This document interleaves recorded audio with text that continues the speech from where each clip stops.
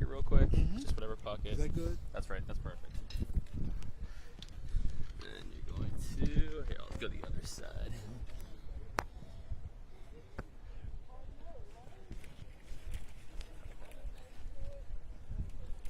Perfect. Thank you, sir. Okay. Yeah, these are my two chaplains. I don't think I've met chaplains yet on any of the Yeah, these are my two. This is chaplains on every... yes, ma'am. They provide prayer and spiritual guidance. We have the crisis intervention team, but this is Reverend Colbert, Jerry Colbert, and this is Reverend Walter Smith. We're going to wait 1 more minute to let the other dude Okay. run back with the line. We're gonna see if the mayor can get up here real quick.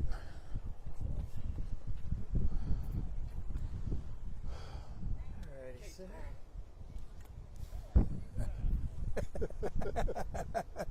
Sir, when you have a second, I could Okay, put this on. sure.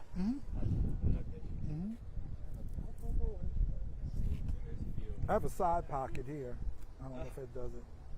It might be better. You want me to do it around your belt buckle? You can. Yeah, that's okay. Yeah, thank you. Yes, sir. You brought all the pockets today. Oh yes. Swing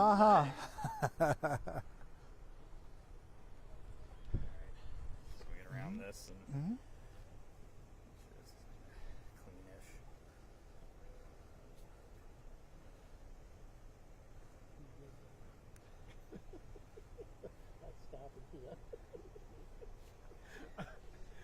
That's not. All yours. Don't get old. Oh, I'm well on my way. Hey, whose mic is this? That's mine. Would you want me to like clip it again because it's kind of like tilting under a little bit? Sure. He's just kind of Here, I'll here. get it. Yeah, if you Thanks. want. Yeah, no problem. It's kind of tilting under his collar. Yeah. Thank you. Hey, Jeff. All right. Since we have a real reporter here, do you want to Take it away. Instead of a fake one. but if you could look at the center Yeah, if you could look at me. to him. Yeah, just look at me the Perfect. whole time. Okay. All right. Let me know when everybody's ready. That's cool. That should be good. I'm ready to go. Yep. Okay. Everyone's ready? Yep. Can you give us your name and spelling of your name and your child just to make sure we have an intern log? Yep. First name is Edward, Edward. Last name is Jackson, Jackson. And your title. Police Chief of the City of Annapolis. So what happened here today? Basically, we had 3 juveniles shot. We're still very preliminary.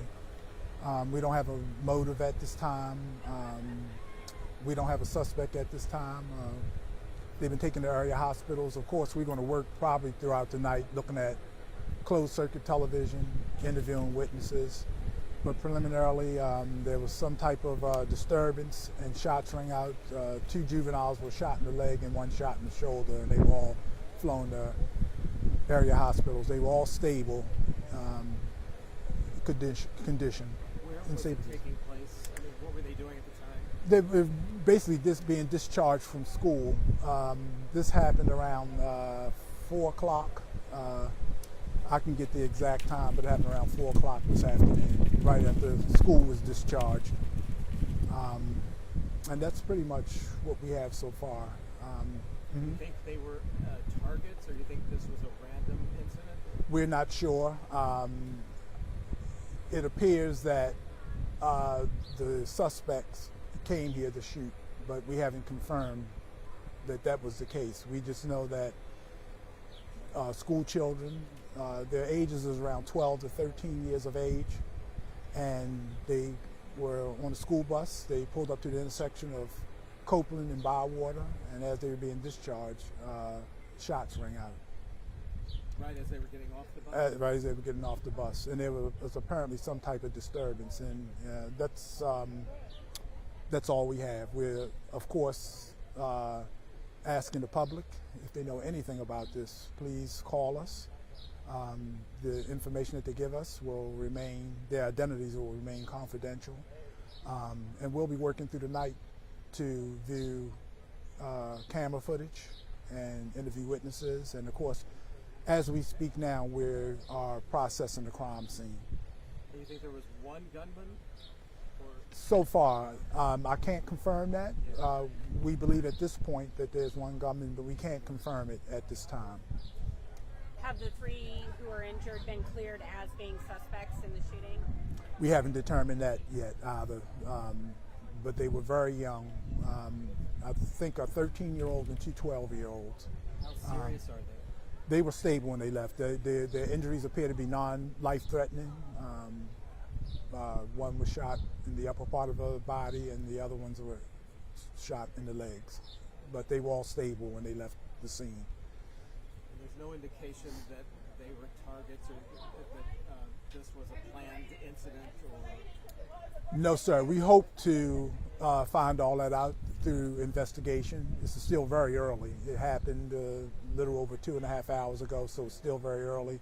We're looking at everything that could possibly lead us to a motive and a suspect in this case. We'll be looking at video footage. We'll be going throughout the neighborhood. We'll be going back to the school, and we'll do everything that we can to get to the bottom of it. But still very early. We're hoping that we'll get some information off of camera footage.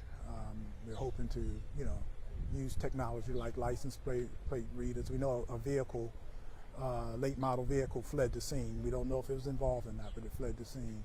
So that's pretty much all we have so far. Late model, you don't know what kind of... No, sir. We're looking at my detectives are looking at the video camera. We'll have that soon, but right now we're in the very early stages of trying to identify the vehicle. And it happened right here? Yes, sir. Right at the intersection. It started right here at we're standing right at Bywater and Copeland, and it happened right at the intersection of Bywater and Copeland.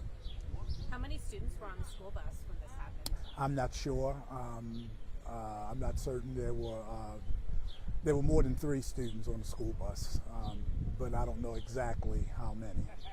Were the children related, or were they? I don't know if they were brother and sister.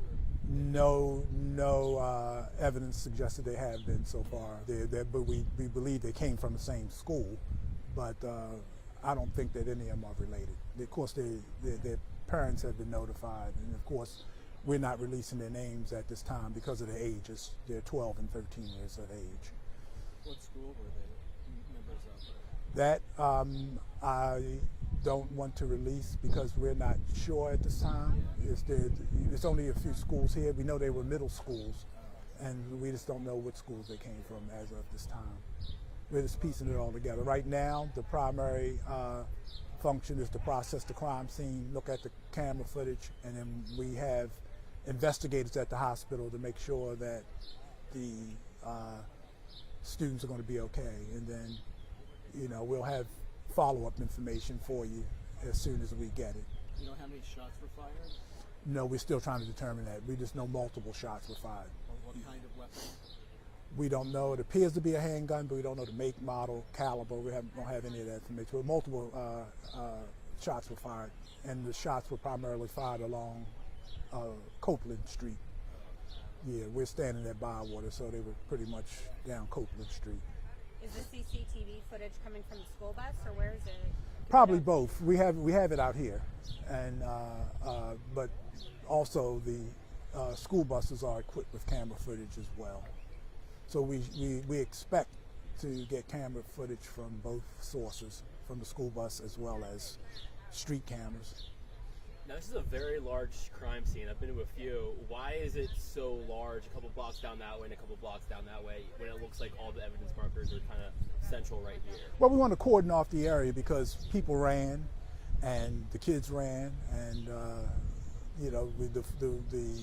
we'll scale the crime scene back as we determine that it has no evidentiary value. But it's customary for us to make the crime scene as wide as we can until we determine that we haven't missed anything. But we do know that we have some evidence and some shell casings that went down more than a half a block, and so that accounts for the length of the crime scene. We just want to make sure we don't miss anything. Is there any further perception of a further harm or danger to the public at the moment? No, we don't believe so. Of course, we have a shooter, and if you see anything suspicious, we're asking the public, please, if you see anything suspicious, anybody in Annapolis, then please give us a call so we can get there as quickly as we can to investigate it. But we have no information at this time that would lend that there's a public safety threat. And you brought your chaplains here. Do you have, can you tell us what kind of help they're here to offer? Yeah, I mean, you know, we have a community policing model here in Annapolis, and we realize that when you have incidents like this, it's traumatic to the community.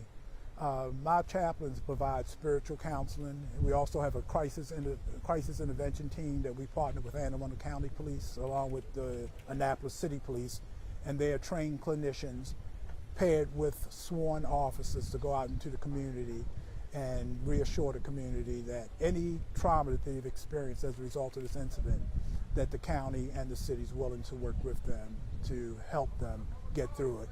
My chaplains, they go around and they pray with people, any denomination, and they offer spiritual counseling for those who want it. So they're just as much a part of the Annapolis Police Department family as my officers, just as important. So that's why I asked them to stand with me today.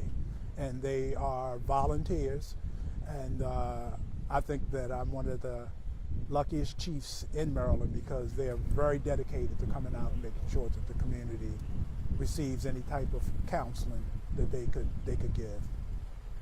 What's this neighborhood called? What's this community? Bywater? This is Bywater, yes sir. This is Bywater, and the actual shootings occurred at Bywater Mutual Homes. That's the name of the community, the housing community, yes sir. But this area is the Bywater area, as a part of, I believe, the parole community in the city of Annapolis. But the bus was coming down this road. Down Bywater Road, yes sir. This is Copeland. That's Copeland, yes sir. The gunman was down that way, right? Yes sir. Or the shots were fired in that direction. Yeah, yes sir. Yeah. Anything else we're missing?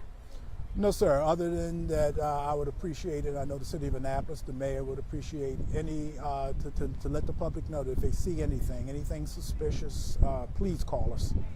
We'd rather get in front of it than have to react to it. We like to get there and investigate and determine if it is a threat, and then we'll do our very best to neutralize any further threats. But we don't have any information to suggest that. But I always like to go on the record to, plead to the public that if they see anything, then just simply call us and say something. It seems especially brutal to take aim at children. 12, Yes, sir. 13-year-olds. Yes, sir. And that's the handgun problem we have in this country right now. And it's not a political statement. It's not a partisan statement. We have a big problem with handguns in the hands of people, both juveniles and adults, who just shouldn't have them. Because they're not going to act responsible, whether it's mental illness, substance abuse, behavioral issues. We have a gun problem, and it puts all us at risk. And I don't have to say it; it puts law enforcement at a big risk. And it seems like the proliferation of handguns are getting into the hands of people who are younger and younger. A 13-year-old, with a gun, nothing's good going to come out of that. It's a life destroyed before it even starts. Thank you very much. Yes, sir. Thank you.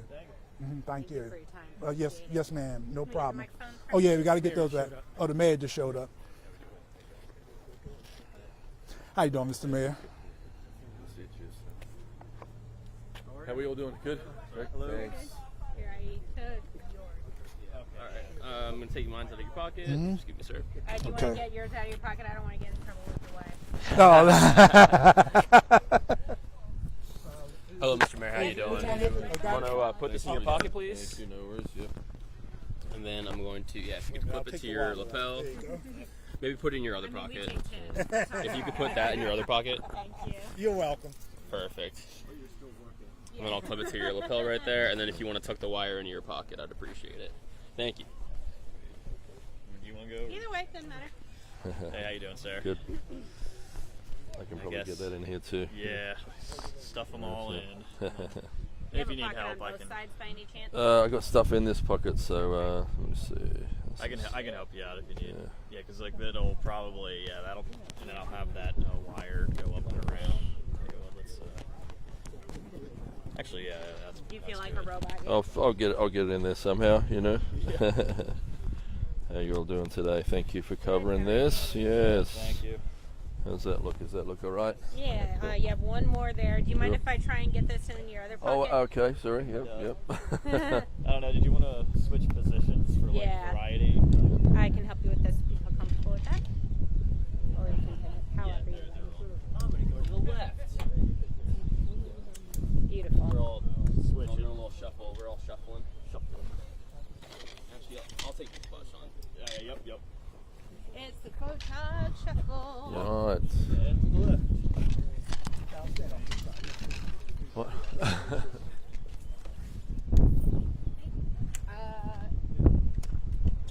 You can hear. Oh, on that side? Yeah, I think that gets us good direction. Yeah. And then take the wire and just hide that behind your lapel there.